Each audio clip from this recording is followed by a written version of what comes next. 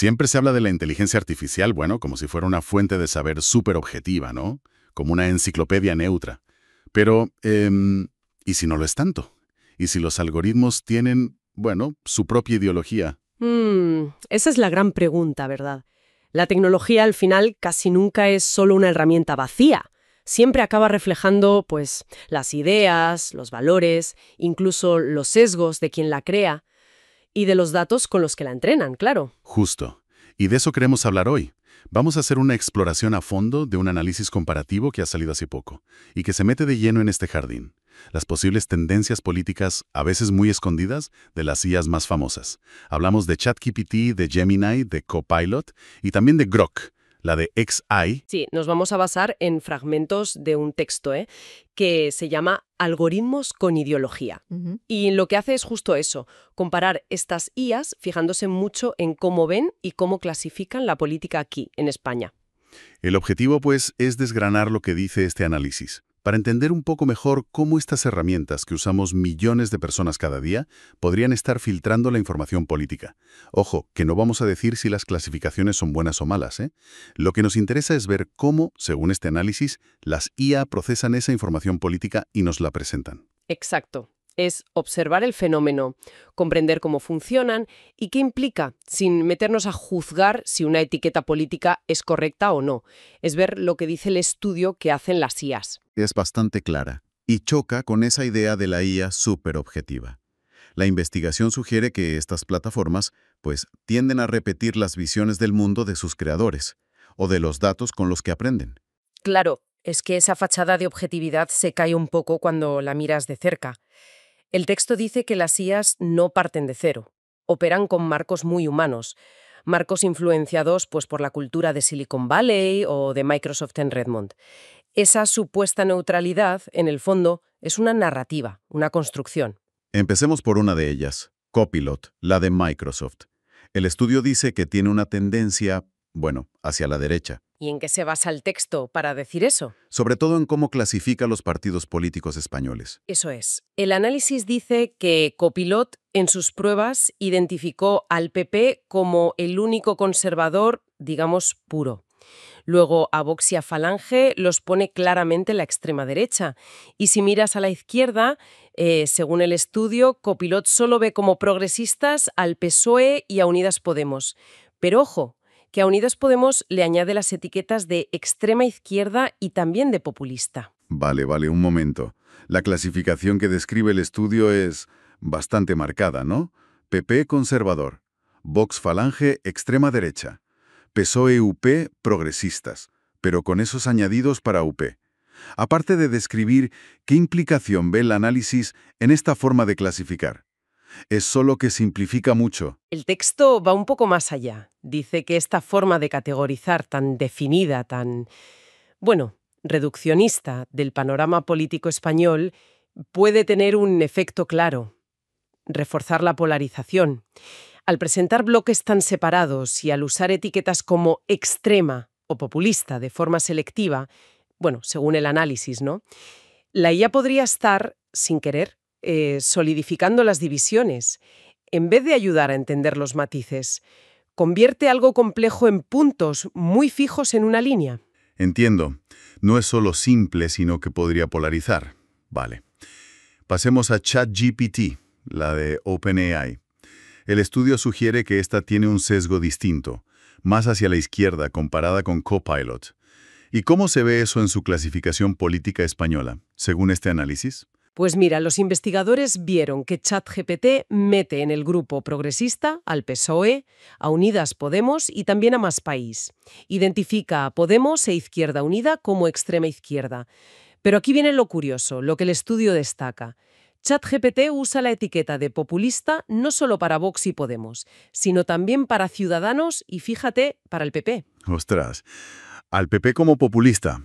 Eso sí que es diferente a lo que se suele escuchar en el debate aquí en España, ¿no? Normalmente esa etiqueta no se le aplica. ¿Qué dice el estudio sobre esto? ¿Un error sin más? El texto lo usa como un ejemplo muy interesante. Lo plantea como una posible prueba de lo difícil que es para una IA global, entrenada con datos sobre todo internacionales y a menudo con mucho peso de Estados Unidos, pues eso, lo difícil que le resulta captar las complejidades, los matices de un sitio como España. Que llame populista al PP, según interpreta el estudio, podría ser un reflejo de cómo la IA proyecta categorías globales que aquí no encajan tan bien. Y ahí mete un sesgo interpretativo. Tiene sentido, eso del choque cultural entre la IA global y lo local. Pero cabe otra lectura. Piensa en el análisis y, a lo mejor, bajo otras definiciones de populismo, más académicas quizá, esa etiqueta podría tener algún sentido, aunque sea forzado. ¿O lo ve directamente como un fallo de la IA? El texto se inclina más por la idea del desajuste de contexto, ¿sabes? Lo ve como un síntoma de que a la IA le cuesta entender la política local en detalle. No se mete a fondo en si otras definiciones de populismo podrían justificar esa etiqueta para el PP en algún círculo académico minoritario. Lo presenta sobre todo como un ejemplo de cómo los sesgos del entrenamiento global pueden saltar en contextos específicos. Vale, claro el enfoque del análisis ahí. El estudio también compara cómo las distintas IA explican qué es eso del populismo. ¿Encontró diferencias? Sí, aquí se ven enfoques distintos según lo que reportan. Gemini, la de Google, y ChatGPT, por ejemplo, suelen dar una explicación más sociológica, podríamos decir. Lo presentan como una reacción al descontento de la gente, a la desigualdad, a la sensación de que las élites políticas han olvidado a parte de la población. Ponen el foco en las causas de fondo. Ah, buscan un porqué, un contexto social para que surja. ¿Y Copilot? ¿Cómo lo ve? Copilot, según el análisis, lo ve diferente. Interpreta el populismo más como una alternativa al sistema político. El énfasis es distinto, ¿ves? No tanto en las raíces sociales del cabreo, sino más en que se presenta como un desafío al establishment, al sistema. Interesante el matiz, ¿sí? Y Grok, la IA de Xai, la de Elon Musk, tiene su propia visión. Grok, según esta investigación, parece adoptar una postura, bueno, más distante, más analítica al describir el populismo. El texto sugiere que su tono general es más de neutralidad aparente o como mucho de una derecha moderada. Marca una diferencia con las otras. O sea, que ni siquiera con un concepto tan discutido como el populismo se ponen de acuerdo las IA. Cada una, según este estudio, parece que te lo cuenta desde un ángulo distinto, con su propio filtro. Exactamente. Y eso nos lleva de cabeza a la paradoja central que el texto pone sobre la mesa. Estamos ante herramientas diseñadas, en teoría, para procesar información de forma neutra, objetiva, pero que, en la práctica, pues acaban reflejando ideologías. A menudo, como decíamos, las de sus creadores o las que dominan en los miles de millones de textos con los que aprenden. El texto incluso dice que la idea de imparcialidad tecnológica es una ficción narrativa. Es una frase potente. Y usa una metáfora muy gráfica para explicarlo. Dice que las IAs no son espejos transparentes que reflejan la realidad sin más. Sino espejos bejojomantes. Es una imagen fuerte, ¿eh? Porque sugiere que distorsionan activamente. No solo que el reflejo no sea perfecto, es que el propio espejo, el algoritmo, el modelo, tiene sus curvas, sus filtros. Filtros puestos por quienes lo hicieron, mencionan Silicon Valley, Redmond. Y esas curvas pueden hacer que unas ideas se vean más grandes y otras más pequeñas o distorsionadas, como en los espejos de las ferias. Lo que vemos no es la realidad pura, sino una versión ya modelada. Me parece una forma muy buena de explicarlo, sí. Hay otro hallazgo concreto del estudio que también da que pensar. Tiene que ver con el PSOE. ¿Qué vieron los investigadores ahí? Sí, es un punto que el análisis destaca. Señala que de todos los partidos españoles que miraron, el PSOE es el único que todas las IAs del estudio describieron de forma positiva y como progresista.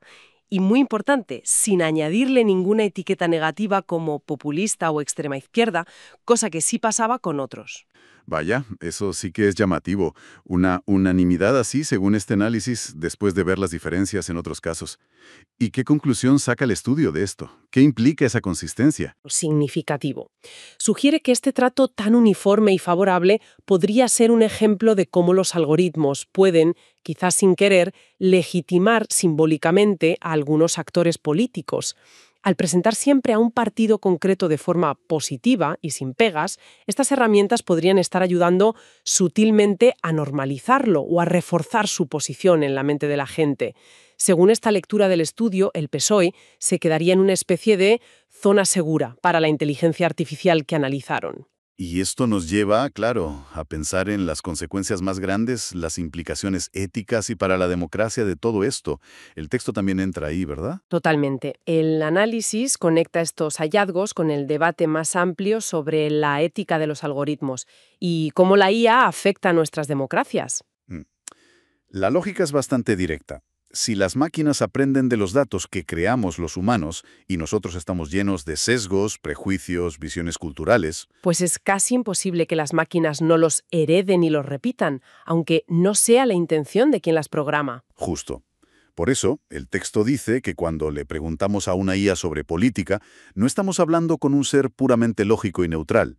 En realidad, interactuamos con lo que llama un sintetizador del pensamiento colectivo. Pero es un sintetizador que ha sido filtrado, modelado y hasta cierto punto dirigido por intereses de empresas, por sesgos culturales de los datos y por las propias limitaciones de los modelos. No es una conversación limpia, vamos. Y para mostrar que esto no es solo cosa de España o de Occidente, el texto pone un ejemplo rápido de otro país, Ecuador. ¿Qué dice de ese caso? Lo usa para mostrar que el problema es global. Menciona que en Ecuador, por lo visto, hay un debate sobre cómo y dónde usar IA en áreas clave como la educación, la justicia, la administración. La preocupación que expresa el texto es el riesgo de importar estas tecnologías sin mirar bien antes qué sesgos ideológicos pueden traer, sobre todo si son sesgos que reflejan realidades o valores de otros países como Estados Unidos. ¿Y qué propone el texto para contrarrestar ese riesgo? ¿Qué recomienda? Pide urgentemente promover lo que llama una alfabetización digital crítica. No es solo saber usar la tecnología, es entenderla, es desarrollar la capacidad en la gente y en las instituciones para usar estas herramientas siendo conscientes, ser capaces de ver posibles sesgos, de cuestionar las respuestas, de entender que no son la verdad absoluta. En la práctica, sería fomentar el pensamiento crítico al usar IA, aprender a comparar información y a ser conscientes de que hay una caja negra ahí detrás. Queda muy clara la advertencia. Estamos viendo con este análisis cómo la IA se está convirtiendo no solo en una herramienta que procesa información, sino en una especie de nuevo y muy potente intérprete ideológico. Su poder no está solo en lo rápido que maneja datos, Sino, y esto es quizá lo más gordo, en su capacidad creciente para moldear cómo vemos las cosas, para enmarcar los debates públicos, para definir, sin decirlo, qué posturas son normales, moderadas o extremas. El texto lo dice muy claro. La política es otro lenguaje que las máquinas están aprendiendo a copiar, aunque no entiendan de verdad lo que significa para la sociedad, para las personas. Son como ecos que repiten y amplifican ciertos discursos. Esa idea de las máquinas como repetidoras y amplificadoras de lenguajes políticos es muy potente, sí. Y nos deja en un escenario complicado. Sin duda. Y nos lleva a la reflexión final que propone el texto original, una pregunta abierta que creo que es perfecta para cerrar hoy y dejar algo en el aire para pensar. Te escuchamos. Si aceptamos esta idea, que la tecnología actúa cada vez más como un filtro ideológico, muchas veces invisible o muy difícil de ver, la pregunta clave que nos lanza el texto es ¿y ahora qué? ¿Qué vamos a hacer? ¿Cómo podemos asegurarnos de que la conversación pública, la opinión de la gente y al final las decisiones políticas importantes no queden distorsionadas por estos códigos opacos y los intereses que puedan tener detrás? ¿Qué tipo de mecanismos de transparencia de verdad, de auditoría independiente de los algoritmos, de rendición de cuentas de las empresas que los hacen, necesitamos empezar a exigir ya activamente antes de seguir metiendo estas herramientas tan potentes hasta el fondo de nuestras sociedades y nuestras democracias? Es una pregunta fundamental, desde luego. Y nos deja con mucho que pensar.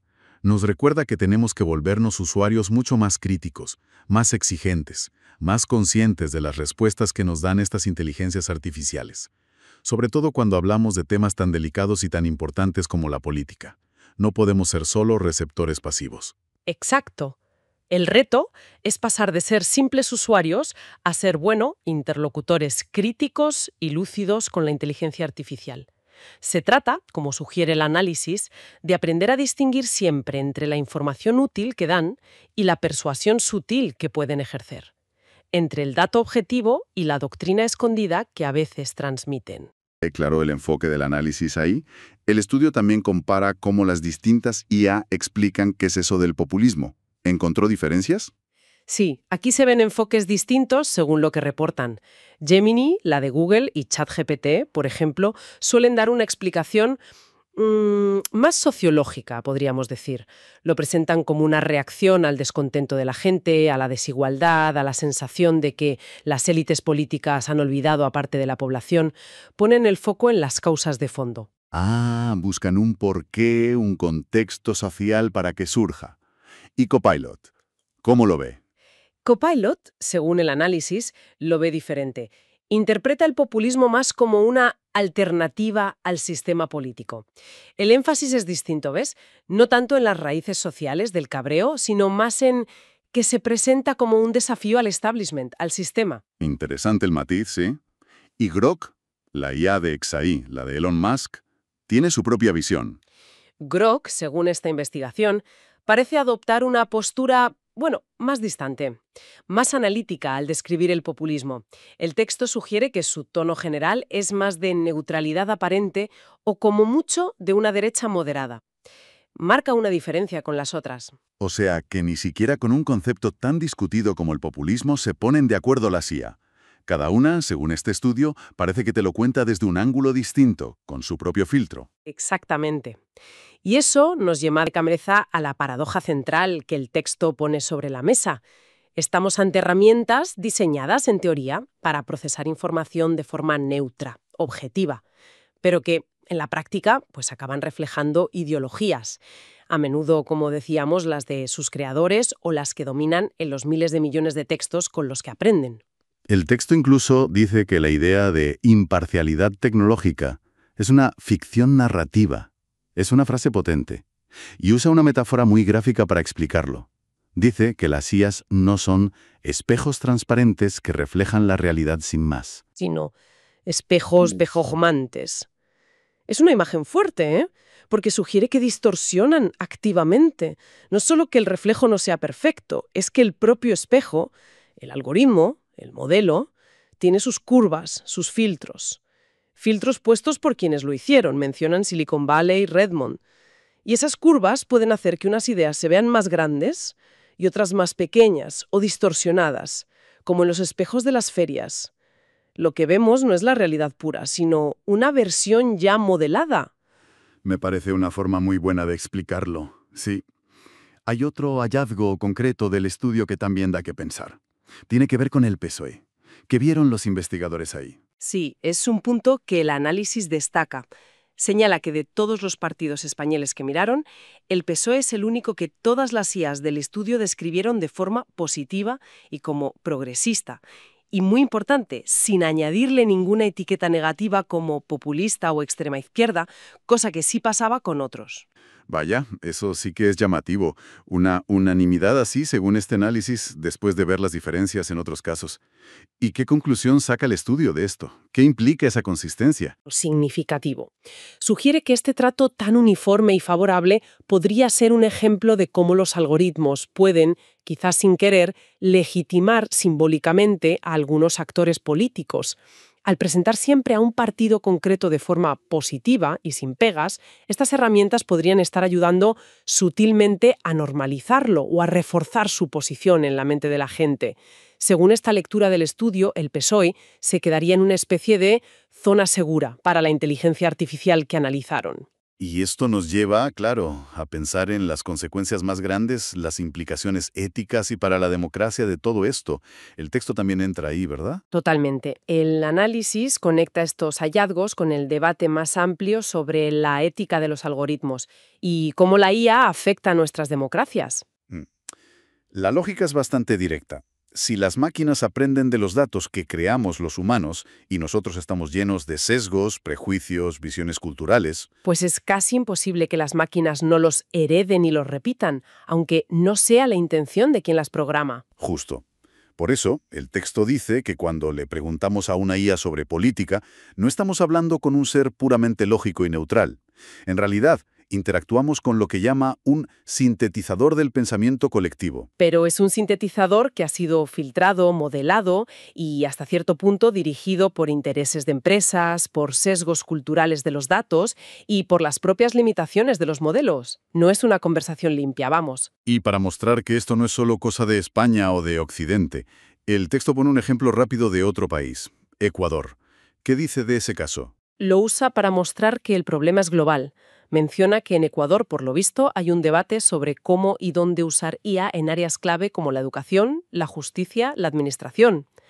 La preocupación que expresa el texto es el riesgo de importar estas tecnologías sin mirar bien antes qué sesgos ideológicos pueden traer, sobre todo si son sesgos que reflejan realidades o valores de otros países como Estados Unidos. ¿Y qué propone el texto para contrarrestar ese riesgo? ¿Qué recomienda? Pide urgentemente promover lo que llama una alfabetización digital crítica.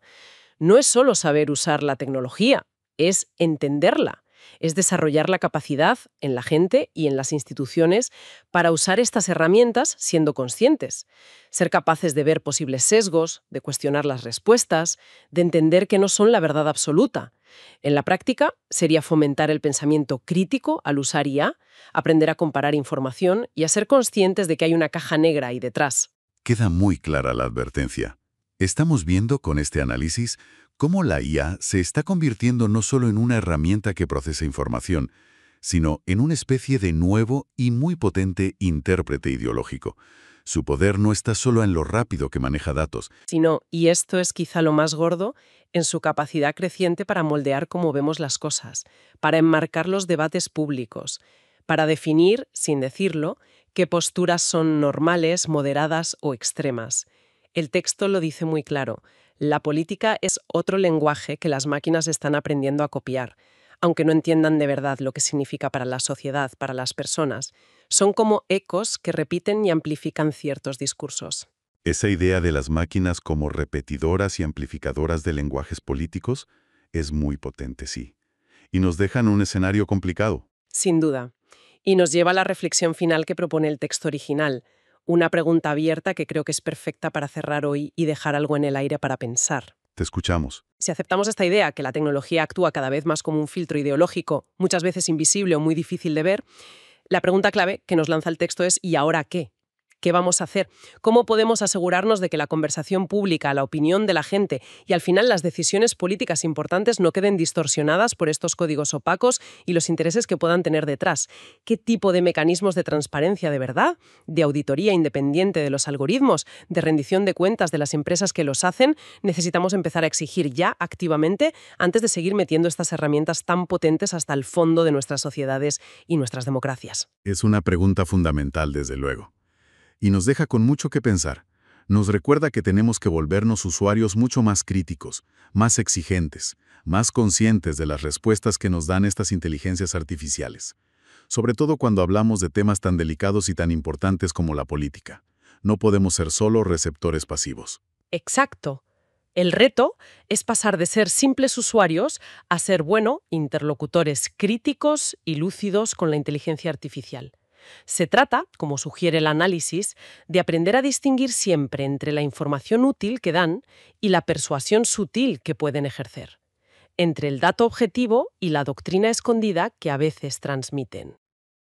A algunos actores políticos, al presentar siempre a un partido concreto de forma positiva y sin pegas, estas herramientas podrían estar ayudando sutilmente a normalizarlo o a reforzar su posición en la mente de la gente. Según esta lectura del estudio, el PSOE se quedaría en una especie de zona segura para la inteligencia artificial que analizaron. Y esto nos lleva, claro, a pensar en las consecuencias más grandes, las implicaciones éticas y para la democracia de todo esto. El texto también entra ahí, ¿verdad? Totalmente. El análisis conecta estos hallazgos con el debate más amplio sobre la ética de los algoritmos y cómo la IA afecta a nuestras democracias. La lógica es bastante directa. Si las máquinas aprenden de los datos que creamos los humanos y nosotros estamos llenos de sesgos, prejuicios, visiones culturales, Pues es casi imposible que las máquinas no los hereden y los repitan, aunque no sea la intención de quien las programa. justo. Por eso, el texto dice que cuando le preguntamos a una IA sobre política, no estamos hablando con un ser puramente lógico y neutral. En realidad, interactuamos con lo que llama un sintetizador del pensamiento colectivo. Pero es un sintetizador que ha sido filtrado, modelado y hasta cierto punto dirigido por intereses de empresas, por sesgos culturales de los datos y por las propias limitaciones de los modelos. No es una conversación limpia, vamos. Y para mostrar que esto no es solo cosa de España o de Occidente, el texto pone un ejemplo rápido de otro país, Ecuador. ¿Qué dice de ese caso? Lo usa para mostrar que el problema es global. Menciona que en Ecuador, por lo visto, hay un debate sobre cómo y dónde usar IA en áreas clave como la educación, la justicia, la administración. La preocupación que expresa el texto es el riesgo de importar estas tecnologías sin mirar bien antes qué sesgos ideológicos pueden traer, sobre todo si son sesgos que reflejan realidades o valores de otros países como Estados Unidos. ¿Y qué propone el texto para contrarrestar ese riesgo? ¿Qué recomienda? Pide urgentemente promover lo que llama una alfabetización digital crítica. No es solo saber usar la tecnología, es entenderla, es desarrollar la capacidad en la gente y en las instituciones para usar estas herramientas siendo conscientes, ser capaces de ver posibles sesgos, de cuestionar las respuestas, de entender que no son la verdad absoluta. En la práctica, sería fomentar el pensamiento crítico al usar IA, aprender a comparar información y a ser conscientes de que hay una caja negra ahí detrás. Queda muy clara la advertencia. Estamos viendo con este análisis cómo la IA se está convirtiendo no solo en una herramienta que procesa información, sino en una especie de nuevo y muy potente intérprete ideológico. Su poder no está solo en lo rápido que maneja datos, Sino, y esto es quizá lo más gordo, en su capacidad creciente para moldear cómo vemos las cosas, para enmarcar los debates públicos, para definir, sin decirlo, qué posturas son normales, moderadas o extremas. El texto lo dice muy claro. La política es otro lenguaje que las máquinas están aprendiendo a copiar, aunque no entiendan de verdad lo que significa para la sociedad, para las personas. Son como ecos que repiten y amplifican ciertos discursos. Esa idea de las máquinas como repetidoras y amplificadoras de lenguajes políticos es muy potente, sí. Y nos deja en un escenario complicado. Sin duda. Y nos lleva a la reflexión final que propone el texto original, una pregunta abierta que creo que es perfecta para cerrar hoy y dejar algo en el aire para pensar. Te escuchamos. Si aceptamos esta idea, que la tecnología actúa cada vez más como un filtro ideológico, muchas veces invisible o muy difícil de ver, la pregunta clave que nos lanza el texto es ¿y ahora qué? ¿Qué vamos a hacer? ¿Cómo podemos asegurarnos de que la conversación pública, la opinión de la gente y al final las decisiones políticas importantes no queden distorsionadas por estos códigos opacos y los intereses que puedan tener detrás? ¿Qué tipo de mecanismos de transparencia de verdad, de auditoría independiente de los algoritmos, de rendición de cuentas de las empresas que los hacen, necesitamos empezar a exigir ya activamente antes de seguir metiendo estas herramientas tan potentes hasta el fondo de nuestras sociedades y nuestras democracias? Es una pregunta fundamental, desde luego. Y nos deja con mucho que pensar. Nos recuerda que tenemos que volvernos usuarios mucho más críticos, más exigentes, más conscientes de las respuestas que nos dan estas inteligencias artificiales. Sobre todo cuando hablamos de temas tan delicados y tan importantes como la política. No podemos ser solo receptores pasivos. Exacto. El reto es pasar de ser simples usuarios a ser, interlocutores críticos y lúcidos con la inteligencia artificial. Se trata, como sugiere el análisis, de aprender a distinguir siempre entre la información útil que dan y la persuasión sutil que pueden ejercer, entre el dato objetivo y la doctrina escondida que a veces transmiten. ¿Qué recomienda? Pide urgentemente promover lo que llama una alfabetización digital crítica. No es solo saber usar la tecnología, es entenderla. Es desarrollar la capacidad en la gente y en las instituciones para usar estas herramientas siendo conscientes, ser capaces de ver posibles sesgos, de cuestionar las respuestas, de entender que no son la verdad absoluta. En la práctica, sería fomentar el pensamiento crítico al usar IA, aprender a comparar información y a ser conscientes de que hay una caja negra ahí detrás. Queda muy clara la advertencia.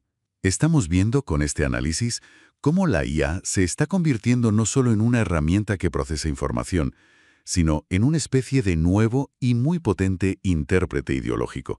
Su poder no está solo en lo rápido que maneja datos, Sino, y esto es quizá lo más gordo, en su capacidad creciente para moldear cómo vemos las cosas, para enmarcar los debates públicos, para definir, sin decirlo, qué posturas son normales, moderadas o extremas.